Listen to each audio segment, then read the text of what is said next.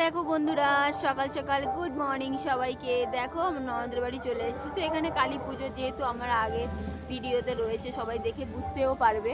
তো দেখো এখন উনুন জ্বালিয়ে দিয়েছি, তো এখন ভাত রান্না হবে। আর এই চুটকিটা খেলা করছে এখন।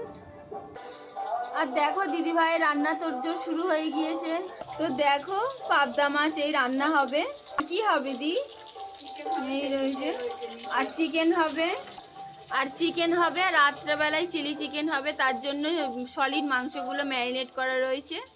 তো দেখে দিদির হাতের রান্না সত্যি অপূর্ব, মানে হেভি টেস্টি করেই বানায়। আমাদের থেকে ভালো, আমি তো পারি না। এমনি আমার যা মানে এসেছিল, তো ও একটু বেরিয়েছে, তো এক্ষুনি চলে আসবে এখনই।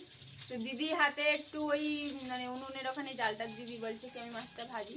তো দিদি বলি কি তুমি রান্না করো, আমি জোগাড় করে দিচ্ছি। তো দিদিই করছে, মানে সবাই মিলে আর কি করা হচ্ছে। তো টাটা বন্ধুরা, আবার পরের ব্লগে দেখা হচ্ছে।